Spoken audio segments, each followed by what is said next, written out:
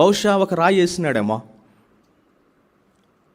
Stephen మీద ఒక రాయి వేసినాడేమో. రాళ్లతో కొట్టబడి స్టెఫెను చంపబడ్డాడు.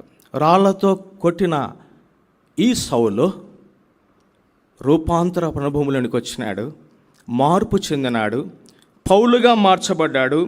పౌలుగా మార్చబడిన తర్వాత ఈ పౌలు అనుభవం ఏంటి? 14వ అధ్యాయము. ఒక వ్యక్తి నిజముగా మారినాడంటే ప్రాక్టికల్గా ఉండాలి. 14వ అధ్యాయము 19వ వచనము అందరం కలిసి చదువుకుందామా? అపోస్తుల కార్యములు 14:19. రాళ్లతో కొట్టి స్టెఫెను చావుకు సమ్మతించిన ఈ సౌలు పౌలుగా మార్చబడిన తర్వాత ఏమైనాడు? అంత్యోక్య నుండి ఈకొని నుండి యూదులు వచ్చి జనసమూహములను తమ పక్షముగా చేసుకొని పౌలు మీద రాళ్ళు రువ్వి.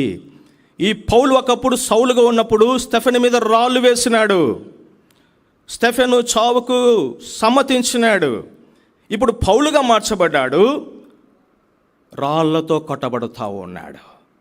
ఇది ట్రాన్స్ఫర్మేషన్, ఇది రూపాంతరపు అనుభవం.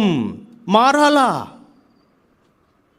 ఊరిక మారినాం అనుకుంటే సరిపోదు, నిజముగా ప్రాక్టికల్గా మారామా అని చూపించుకోవడం కాదు మారినట్టుగా.